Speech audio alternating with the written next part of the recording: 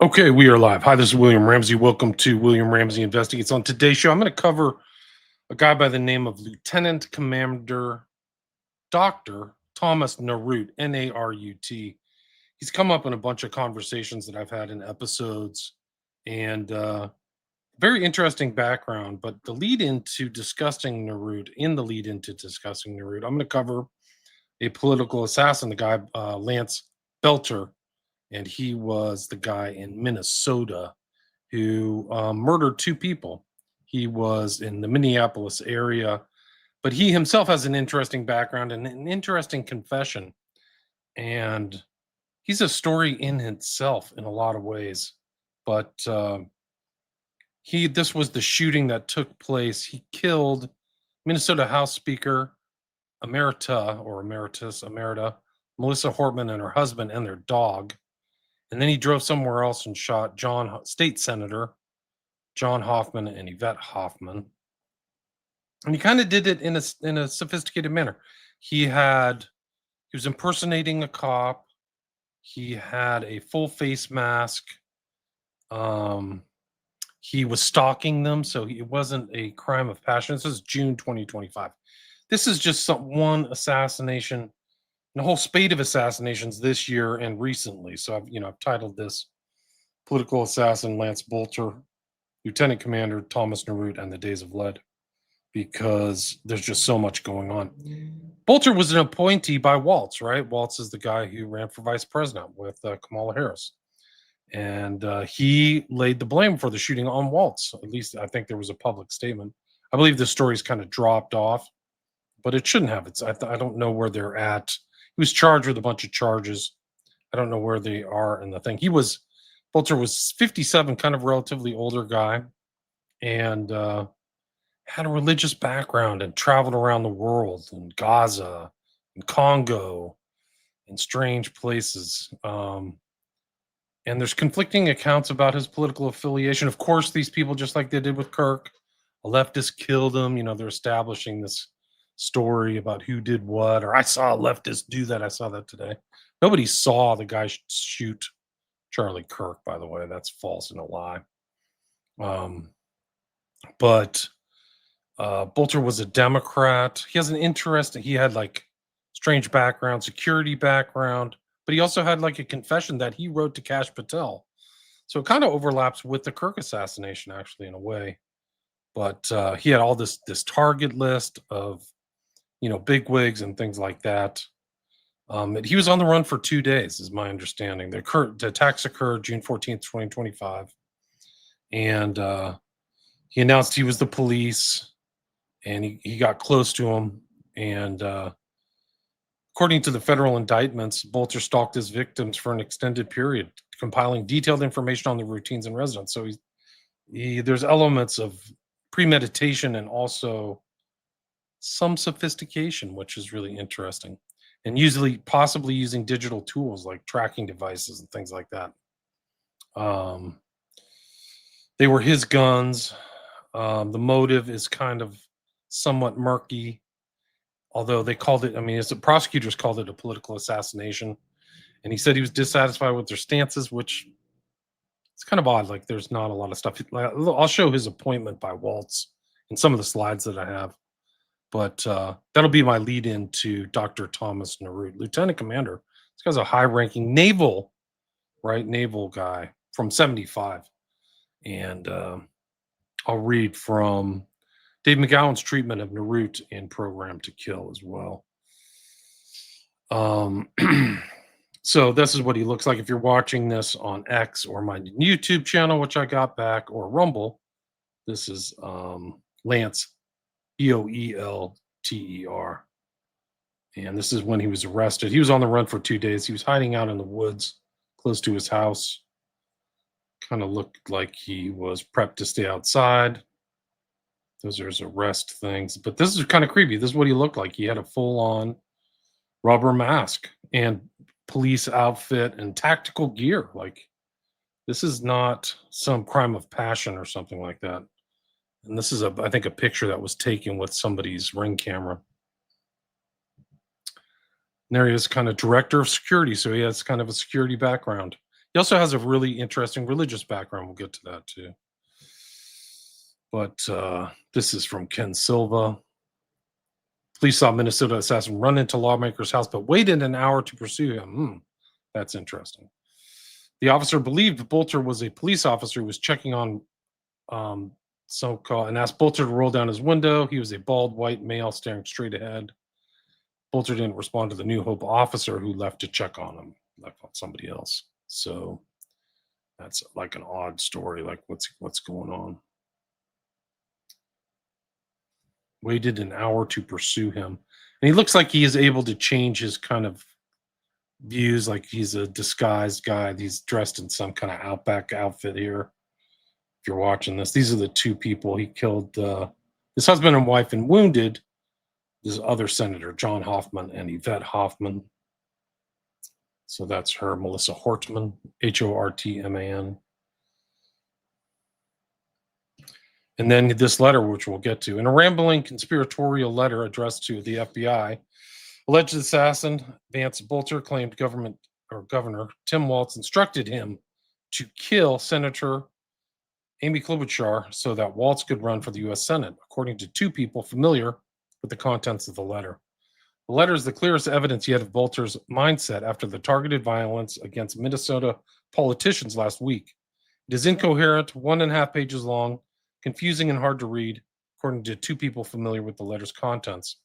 It includes Boelter alleging he had been trained by the U.S. military off the books, and that Walz, who is not running for Senate, asked him to kill Klobuchar and others. So this U.S. military, and that's the whole thing about Narut. Narut makes this allegation that they took former criminals and trained them to kill, basically programmed to kill, and then spread them around in diplomatic offices all around the world. So this is it. Supposedly is, 57. This is him. He works for this kind of murky group, CEO Red Lion Group. Looks like he has a doctorate in education, so he's Dr. Vance Boelter. Kind of wears a bunch of different hats. This is Julio Rosas. I'm told by a police source in Minnesota the suspect in the shootings of Minnesota state lawmakers is Vance Luther Boelter. He's the same Boelter who was appointed by the governor's Workforce Development Board in 2019 by Walz, and then appointed in 2016 by Mark Dayton. So he has kind of a political background in Minnesota, no question about it. And this is his own CV. It's Dr. Vance Boelter has been involved with security situations, very vague, security situations in Eastern Europe, Africa, North America, and the Middle East, including the West Bank, Southern Lebanon, and the Gaza Strip. He brings a great security aspect forged by both many on-the-ground experiences combined with training by both private security firms and by people in the U.S. military. He has worked with the largest U.S. oil refining company, the world's largest food company based in Switzerland, and the world's largest convenience retailer based in Japan. So kind of strange, like international, but also working for conglomerates, it looks like. This is from Johnny Kalani Pingosh. The alleged Minnesota lawmaker shooting suspect works for a Minnesota-based security firm and has security situations and experience in lands. So you can just kind of see this here. His work experience on LinkedIn, Red Lion Group, based in the DRC. Remember the coup there last May that tied the Israeli intel, the U.S., and the vape industry. So that's the Democratic Republic of Congo. And we'll see this. He's literally preaching in the Congo. It's so strange. This guy, he has all the kind of deep state stuff. MK Ultra never actually ended. Wait, intel agencies program damage military personnel for killing and domestic terror? Yeah, so like Boelter kind of fits into this. And then this is Boltzmann Booty. Sounds like a completely organic six-fold spike in terrorism by U.S. military employees. So there you see him. He's wearing a hat and different. He seems to have different guises and things like that. He was caught Sunday night in the woods, Green Isle, Minnesota. So like a couple days after that. These are the victim. That's his victim. For some reason, he went after her.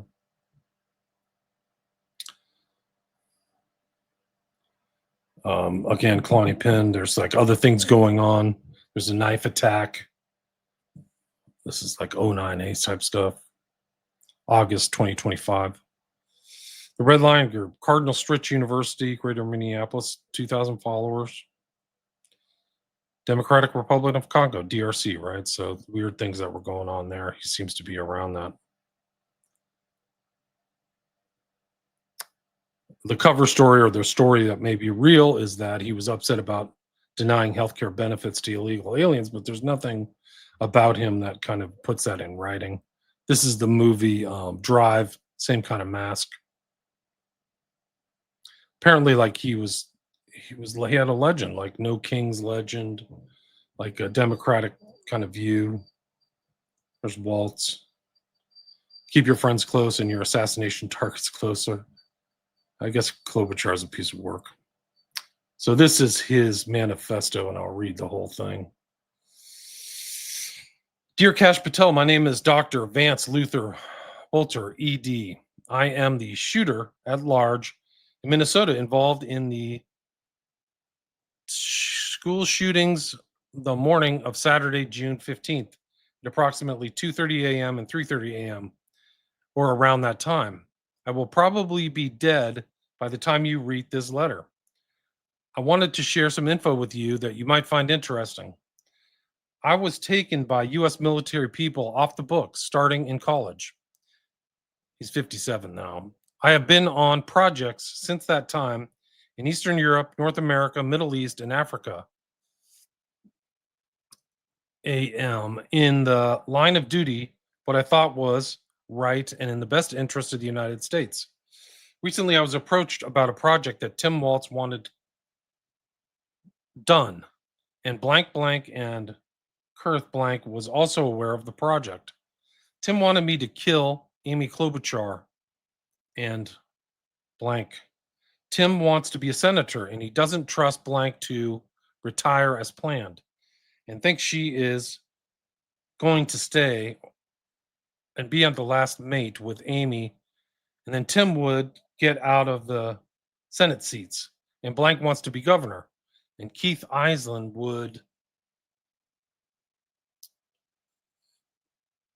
Keith Ellison, would, it's hard to read, be readied with a latest governor's position. I told Tim, so he's saying he's talking to Tim Waltz.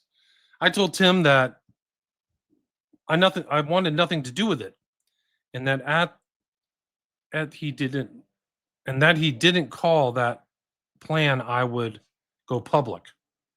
He said that it would hurt anybody if I did play ball. Then he set up a meeting with me and blank to go talk about something. When I stood, they had some people wanting to kill me. I was able to get away by God's mercy. So I went back a short time later and battled with blank.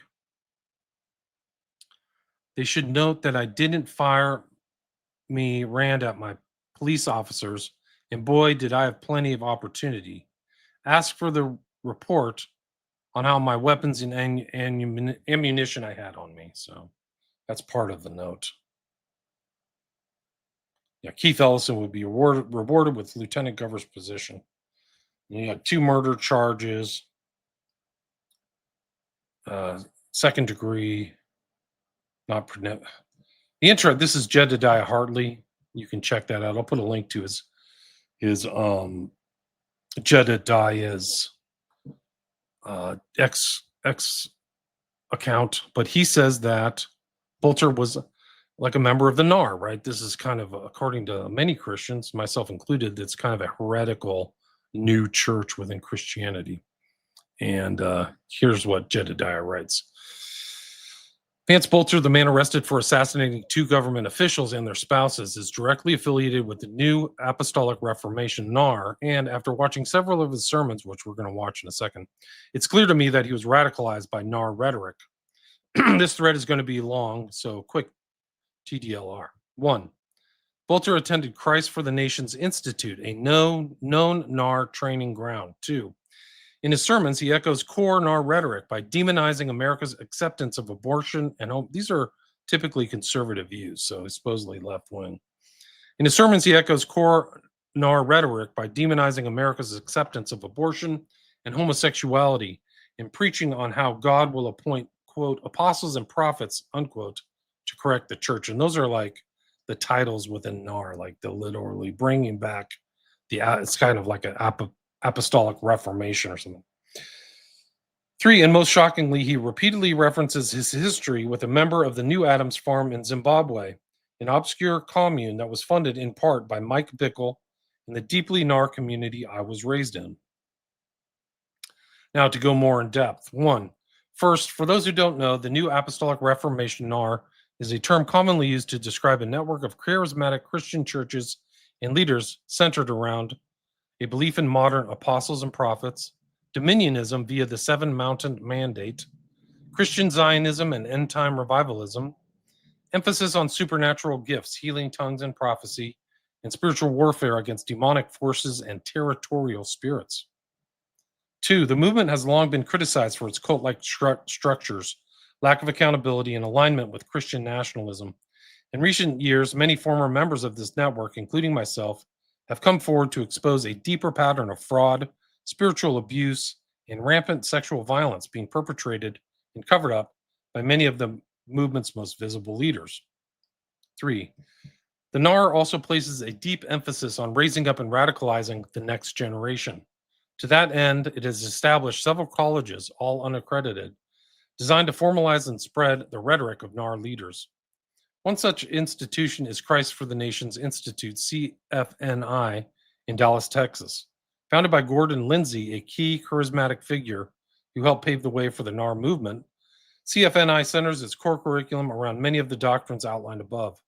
The school also regularly amplifies the voices of prominent Nar leaders such as Bill Johnson, Heidi Baker, and Cindy Jacobs. This morning, I spoke with Nar historian John Collins, who told me that CFNI isn't just connected to the Nar, but foundational to the movement. 4, according to Boelter's old ministry website and his own sermons, he attended Christ for the Nations Institute as a young Christian. Now, many years later, Boelter still echoes the same New Apostolic Reformation rhetoric he was once radicalized by. In this clip, I'll show you this clip. In this clip, Boelter talks about division in the American church, blames abortion in the absence of spiritual gifts as signs that Satan has taken hold, and declares that the apostles and prophets being raised up to bring correction to the American church. So let's see if we can bring that up.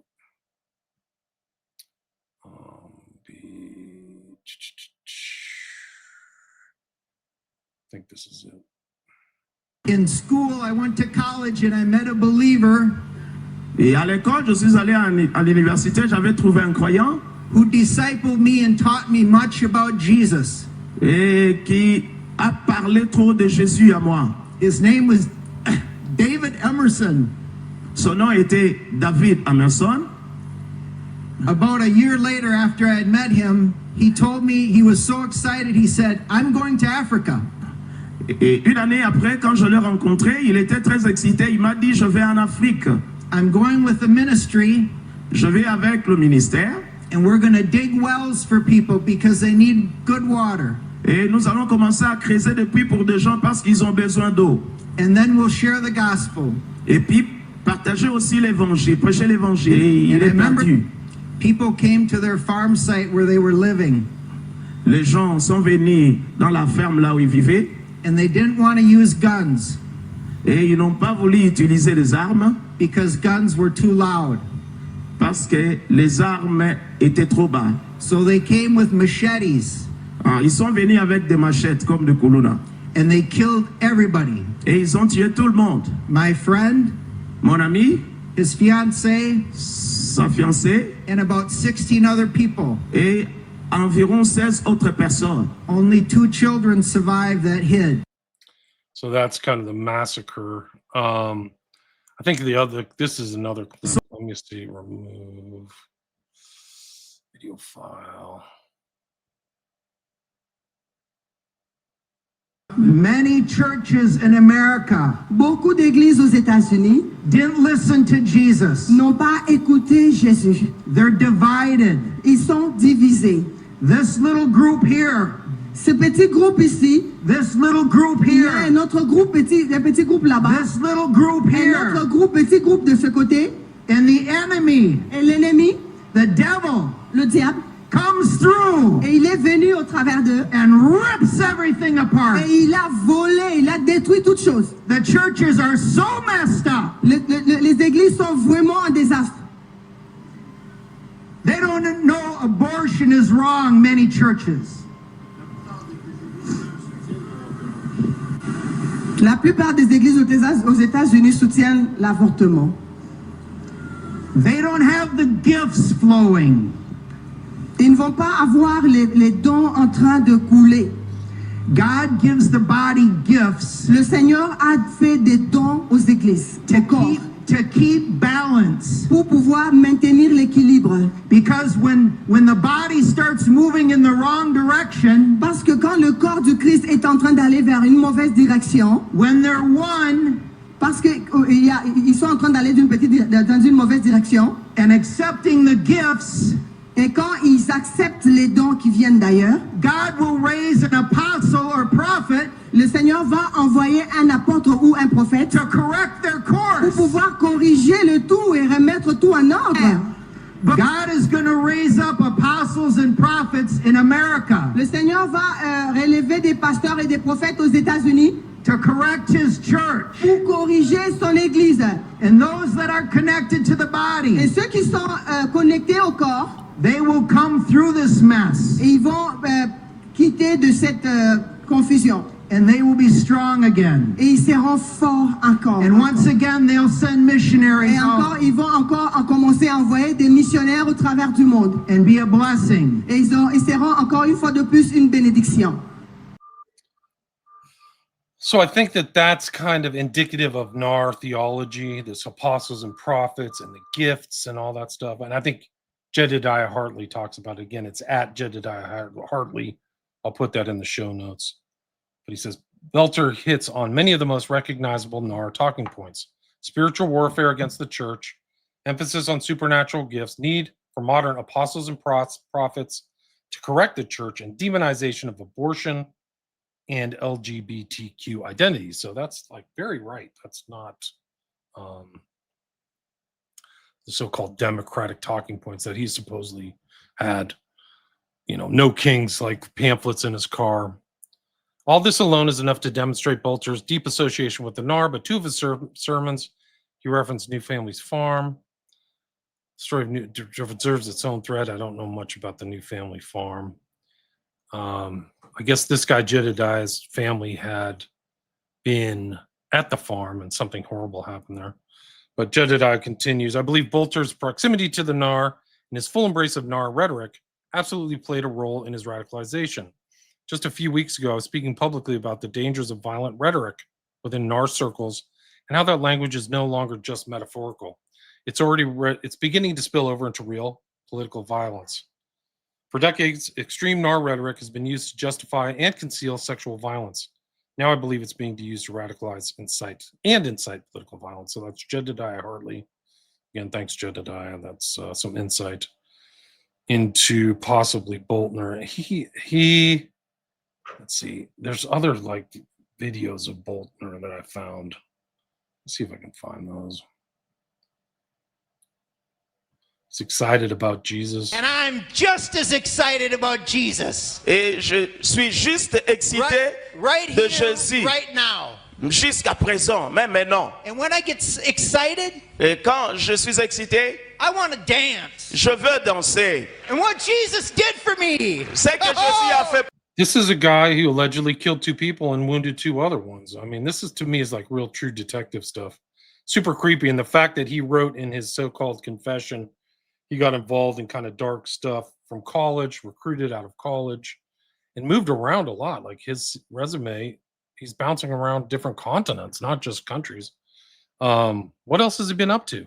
And he shows kind of a relative sophistication. He also writes in his manifesto or whatever that he expected to be dead, which is like a real kind of, he had a knowledge of these. I would say it indicates to me kind of a knowledge of these assassins where they end up getting assassinated. And then all, the loose ends are tied up, right? Pour moi. Jesus is God. Jésus est Almighty Dieu. God. C'est le Dieu He puissant. saved my life. Il a sauvé This is in the Congo, by the way. ma vie. I'm excited about God. Je suis excité de Dieu. And I want to worship Him. pourquoi je l'adore. Because He. If he's telling the truth about his resume, that means he's like working security things while he's preaching, right? So he's working for the deep government or whatever. So pretty wild. So let's go to Thomas Narut. This guy, he was all over the news, 1975. I'll read some of these articles. He has a Boys Town background, lieutenant commander. So he's far up there. He's got a doctorate. Lieutenant Thomas E. Narut, the first Navy officer to receive his philosophy doctorate at the University of Southern Mississippi, graduated Saturday during the summer commencement. The 36-year-old Chicago native attended USM under the Graduate Navy Degree Program, so naval intelligence or whatever. He majored in clinical psychology with a minor in educational psychology at TEL. Immediately after the receipt of his degree, he is being transferred to the U.S. Naval Hospital in Naples, Italy, where he will be the chief clinical psychologist for the North Atlantic Treaty Forces. So NATO, he's a chief clinical psychologist basically for NATO. I mean, this is crazy stuff. He pursued his graduate work at Southern from 67 to 69, thereafter interning at the U.S. Naval Hospital, Bethesda, Maryland for a year. In 1970 to the present, while completing his doctoral dissertation, he's been head of the psychology branch of the U.S. Naval Hospital, Portsmouth, Virginia. His dissertation on psychological stress has generated considerable interest. Dr. Narut is in the process of writing articles for publication in professional journals. There is one of his articles in professional journals. I think somebody found it. I think I have it somewhere. But psychological stress is like a euphemism for traumatic, like personality change, right? So he's focusing on stress. It's kind of a pleasant euphemism. Narut is a graduate of Father Flanagan's Boys Town, Nebraska High School. His mother is Miss Macy. He's married to Carol Johnston. Couple have 3 children. So that's Narut. Killers trained by U.S. Navy. This is July 7, 1975, in Sunday Morning Herald. London. The U.S. Navy has been seeking convicted murderers for retraining in a political role, according to a U.S. Navy psychologist quoted in a London newspaper today. The Sunday Times said that the psychologist, Lieutenant Commander Thomas Narut, revealed at a NATO, right, he works for NATO as a psychologist, revealed at a NATO conference that his work in Naples had involved establishing how to induce servicemen, interesting name, word, ties into hypnosis. How involved establishing how to induce servicemen who may not be naturally inclined to kill to do so under certain conditions.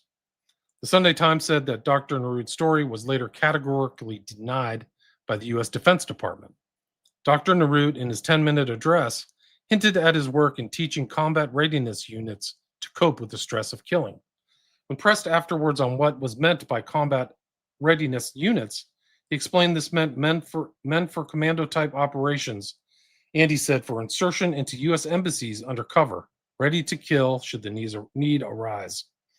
He said training including films specially designed to show people being killed and injured in violent ways, helping the men to dissociate themselves from any feelings about a situation. I'll repeat that. He said, this is very important. He said training included films specially designed to show people being killed, so snuff films, showing people being killed and injured in violent ways, helping the men to dissociate themselves from feelings about this. This is all MK Ultra stuff, right? Induction, snuff films, dissociation. He said that U.S. naval psychologists selected men for these commando tasks from submarine crews and paratroopers. Others were convicted murderers from military prisons. Asked whether he was suggesting that murderers were being released from prisons to become assassins, he replied, quote, "It's happened more than once," unquote. They were trained either at the U.S. Navy's neuropsychiatric laboratory in San Diego or in the laboratory where he worked in Naples. So they had this training thing in Naples. outside of the country, at Sugi and all these other places, or McGill in Canada. Trainees were forced to watch films increasingly horrific and gruesome. Their heads were bolted into a clamp so they could not turn away, and a special mechanism ensured they could not close their eyes. It's a Clockwork Orange, right? It's the Ludovico method or whatever it is. I'll repeat that. Trainees were forced to watch films increasingly horrific and gruesome. Their heads were bolted into a clamp so they could not turn away, and a special mechanism ensured they could not close their eyes. Dr. Narut said that after several weeks processing, the men were passed on, but he refused to say where.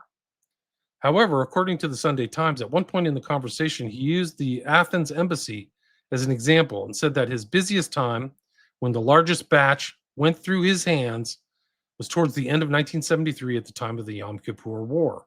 The Sunday Times said it had tried after the conference to contact Narut again, but had been unsuccessful. Kind of this kind of is a repeat of that same thing. This is in the London Times. Murderers recruited. Well, allegations that convicted murderers from the United States military prisons were being trained as assassins would start a new controversy over whether the U.S. government ever made use of political assassinations, the Sunday Times reported yesterday. The article by an investigative insight team of reporters said a U.S. Navy officer in a conversation during a NATO-sponsored conference in Oslo last week said the U.S. Navy had been seeking convicted murderers for retraining in a political role. Quoting Lieutenant Commander Thomas Narut, N-A-R-U-T, a psychologist working at the U.S. Naval Hospital in Naples, the newspaper said the training in which Commander Narut had been involved was in 3 stages. The first stage was selection. Commander Narut allegedly said he and his colleagues had been looking for men capable of killing in a premeditated way in Vietnam, perhaps, or in a murder in the barracks, or whom the Navy's tests showed as potentially capable of it. This goes back to the parallax view, right? I just did a show on the parallax view. The second stage was stress reduction training. The men chosen were first taught to shoot, then Clockwork Orange training was used to rid them of any qualms they might have about killing. They literally use the word Clockwork Orange. So fiction becomes fact. The newspaper said, according to Dr. Narut, men are shown a series of special films to heighten their associative powers with regard to killing. The films are gruesome, and as the timing proceeds, they get progressively more horrific. Their third stage was dehumanization of the enemy. In this last phase, the idea is to get the men to think of the potential enemies he will have as inferior forms of human life, the paper said. Untermenschen, right? That's the whole goal, psychology. The report was compiled from conversations between Commander Narut and an Insight reporter, Peter Watson. In Washington, the Pentagon denied last night Commander Narut's remarks. Dr. Narut today denied the Sunday Times report, saying he had not been interviewed. So he's walking it back. This made it all the way to Honolulu. The process takes about a few weeks, according to Dr. Narut, and the men are passed on. He refused to say where the men went, arguing that he did not have the necessary security clearance. So this classification and security, very important theme. However, at one point in our conversation, he used the Athens embassy, so I already did that. Yom Kippur War, 1973. So this made it around the world. There's no question about it. Neuropsychiatric laboratory in San Diego. So there's just so many little neuropsychiatric things, and then he walks it back, right? So here's the Navy psychologist denies assassin training story. Dr. Thomas Narut, the U.S. Navy psychologist, reported to have talked of convicted murderers being trained as hitmen and assassins to be posted to American embassies. Monday denied the story as totally and blatantly false and absurd. But Peter Watson, the Sunday Times reporter who interviewed Narut at a NATO conference in Oslo, Norway, last week, stood by his front page report, which he said was based on nearly 2 hours of discussion. Theoretical only. Narut, a lieutenant commander based at U.S. Naval Hospital in Naples, said in London Monday that he had been discussing theoretical, not practical, applications of psychological testing and techniques having to do with assassins. Quote, I know of no U.S. Navy program or any U.S. government program in which personnel were or are trained or conditioned for assassination assignments, Narut said. Then he gets summoned to the bigwigs, summoned to Admiral. A spokesman at the Navy's European headquarters in London, Commander Gene Wentz, said that some of the conversation had gone on in Narut's hotel room when he brushed his teeth. Wentz said Narut had been summoned to London to meet Admiral Thomas E. Engine, U.S. Naval Chief of Staff in Europe. The Navy would be derelict in its duties if it didn't find out what, if any, substance was in the article, Wentz said, explaining why Narut was summoned. No, he got a talking to. Watson, a trained psychologist who was writing a book on military psychology, said, I stand by every word. Talked 1.5 hours. It's true we carried on talking while he got ready for dinner, but we talked nonstop for 1.5 hours. Speaking at a NATO-sponsored conference on stress in Oslo last week, Narut was quoted as saying his work involved teaching combat readiness units to cope with the stress of killing. In the Sunday Times article, Narut is quoted as saying Navy psychologists selected men for commando tasks from submarine crews, paratroops, and sometimes from among convicted murderers in military prisons. It's happened more than once, so he kind of like he's walking it back.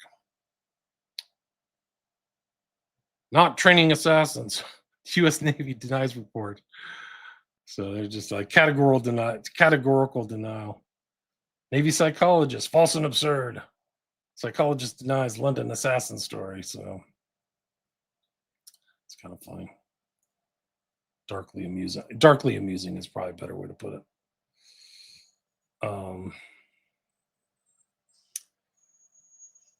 This is another one. I saw this recently. This is Seth Harp. He just came out a book about Fort Bragg and alleges that George W. Bush signed secret orders to commit assassinations. Not surprising. And then we're going to go to Program to Kill. Just a couple pages.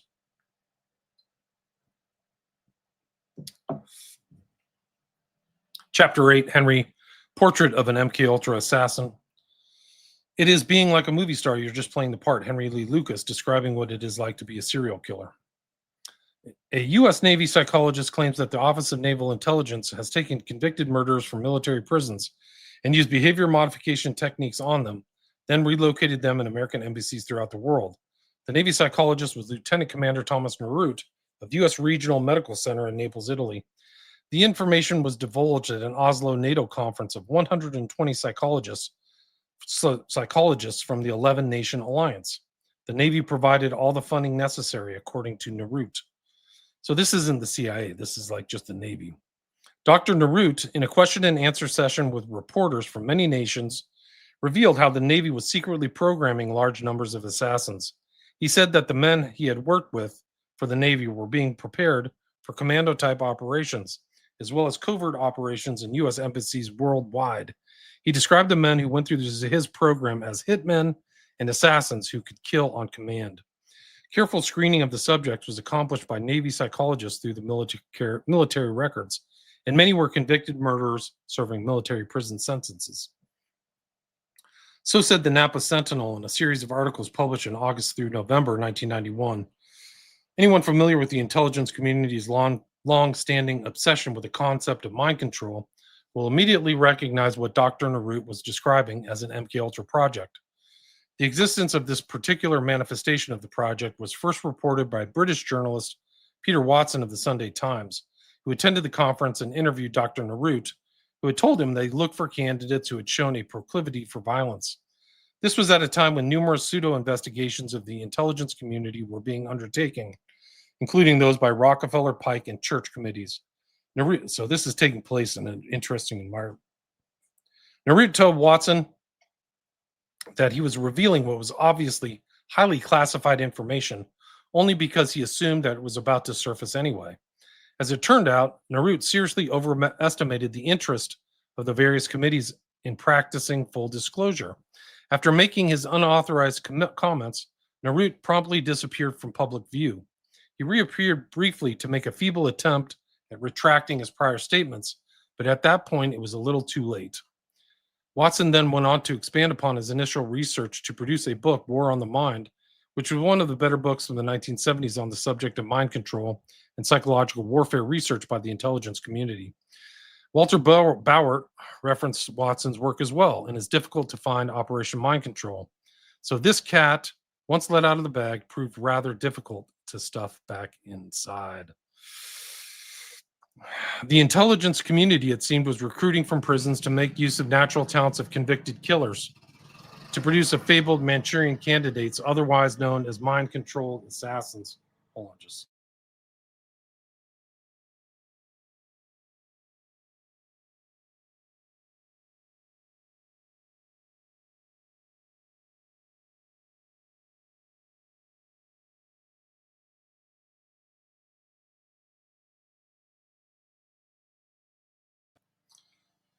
The operation described by Narut involved killers drawn from military prisons, though there was a good possibility that parallel programs were being conducted in civilian prisons as well.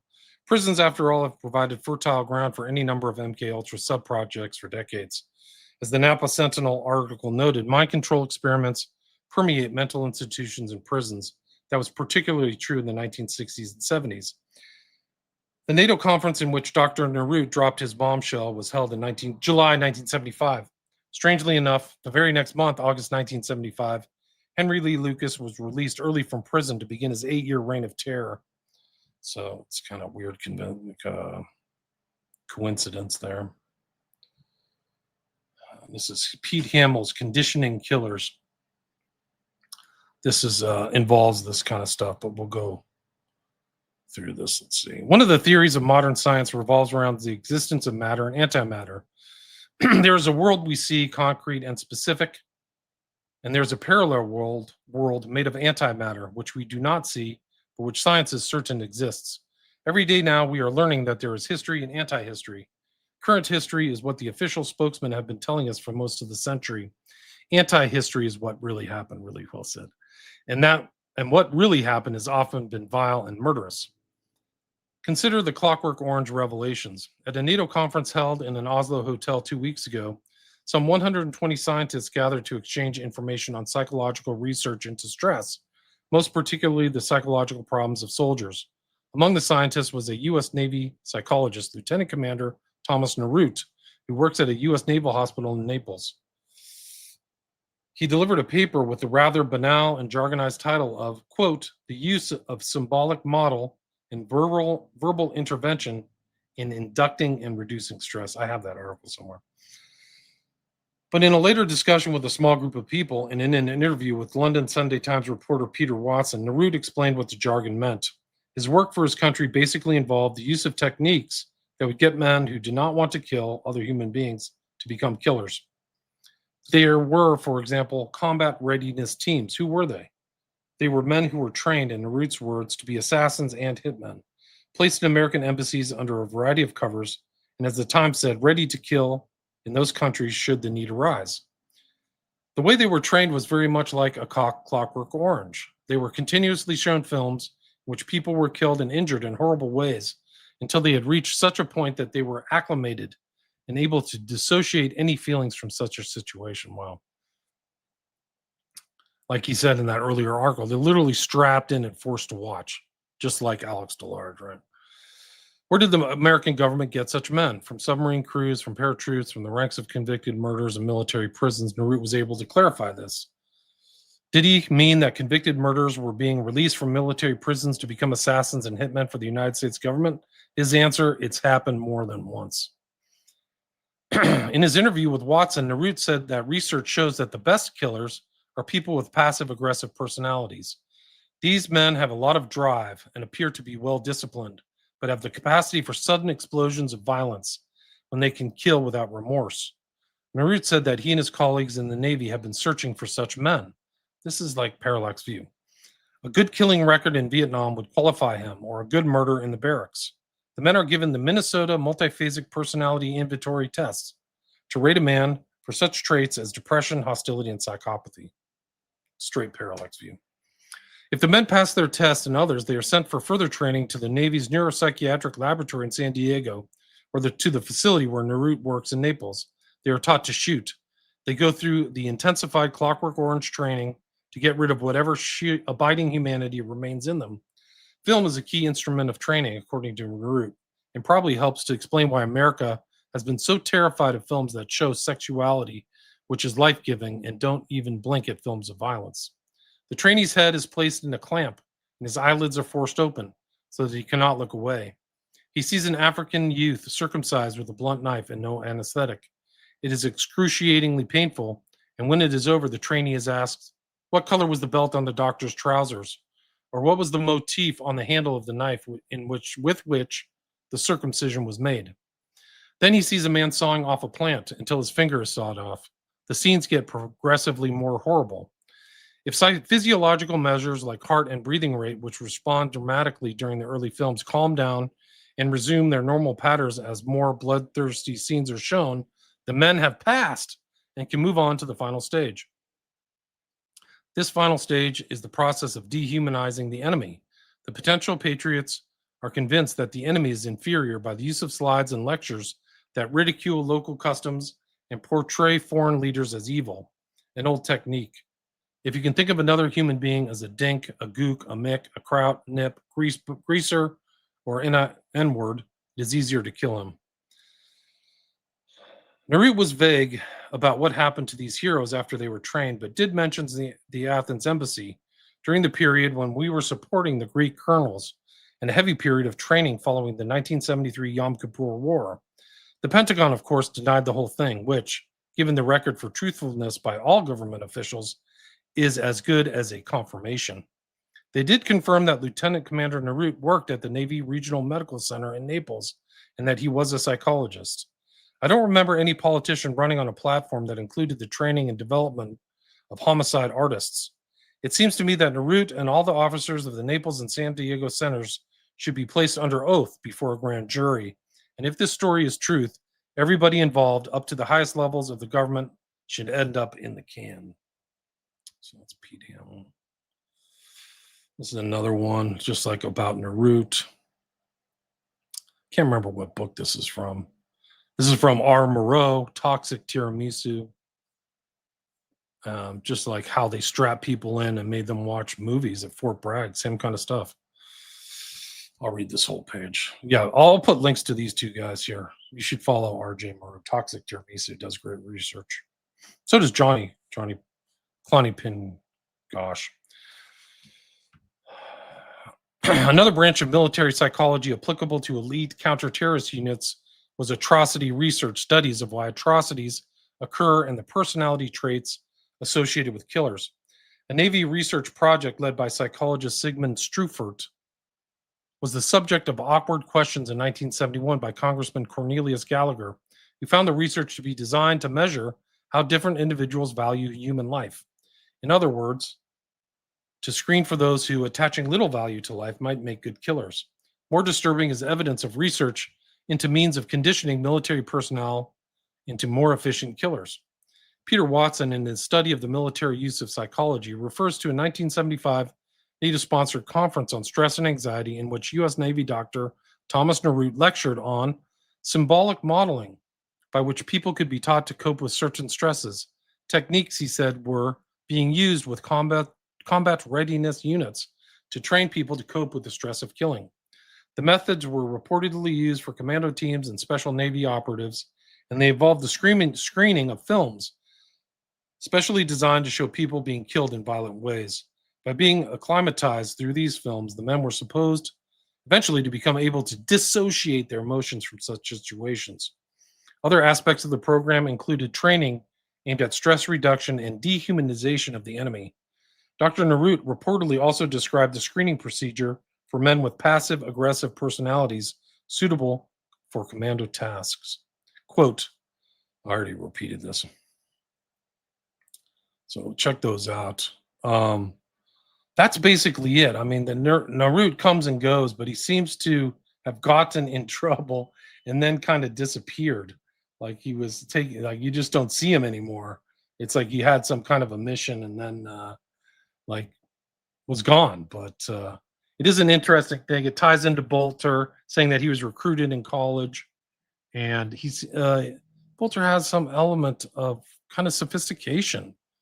There's also this weird thing, like I think he was married, and Boelter was married, and then he like lived with guys, and somebody showed up at one of his like like houses where he was living with this strange man. He says No, he had a job 'cause he was extracting on eyeballs. call Listen for to this. work, and no, because he was on call for work, and he'd always say, "Yeah, I need rest for work, so I'm sharp," because he was extracting eyeballs. So you gotta be sharp for I that. remember him walking out of the house, or hearing him walking out. Listen to that again. No, because he was on call for work, and he'd always say, "Yeah, I need rest for work, so I'm sharp," because he was extracting eyeballs. So you gotta be sharp for I that. remember him walking out of the house, or hearing him walking out. Extracting eyeballs. I don't know what the heck that means, if that's a real thing. I didn't show, there's nothing in my analysis of him that he was in any kind of medical field or anything. But here they're talking Who on Fox disguised News. himself as a cop to shoot down Democrat politicians and their spouses. He killed 2 and seriously injured 2 others. Today, we're finding out he wrote a letter to the FBI claiming he was trained by the U.S. military, quote, off the books, and that Tim Walz asked him to kill Amy Klobuchar so he could take her Senate seat. Boelter's facing state and federal murder charges. Right. So then Didymus mentions Days of Lead. I told you all this stuff was closely associated with Gladio when you mentioned American Military Hospital. Oh, good point. Good connection. The Days of Lead and all that stuff that happened from the late 60s to the early 80s, and it was in Italy. And there's Narut. That's a great connection, Didymus. You're absolutely right. Days of Lead was political violence from both the far left and far right. That's what's confusing about Boelter, is that his NAR stuff is really considered very conservative Christianity, but then he also is a Democrat who was appointed by Wald, like Tampon Tim, right? But like hundreds of people died. There was political terrorism, numerous bombings, kidnappings, assassinations carried out by militant groups across the spectrum. So it wasn't right on left. It was both right on left and left on right. And there was a lot of social unrest like we have today, disillusionment. Far left groups in Italy were like the Red Brigades. They wanted to destabilize the state, and they kidnapped supposedly Aldo Moro. I think there's more to that story. The far right groups had indiscriminate bombings as part of a strategy of tension exemplified by the Bologna train station bombing. State complicity from elements with intelligence services and the P2 Lodge was also later revealed. So you had in Italy connections between intel and like masonry, right? Stone cold masonry. Key events were the 1969 Piazza Fonanta bombing, 78 murder of Aldo Moro, and the Bologna train station bombing in 1980. So yeah, that's a great comment. That's a great comment. Let's see what else we got. Yeah, I haven't heard anything about that NAR center in Dallas. I don't know much about that. Let's see. I'm back on YouTube, so I've got kind of my YouTube channel. Hey, Dystopian Deep Dives is back. Anyway, that's basically it, guys. Narut's, I think, an important part of the story, this kind of training. And like they said in that one article, Narut thought it was all going to be divulged in the 70s. So that's why he you know, said something. He thought it was all going to come out in some of these hearings, but those hearings were all cover-ups.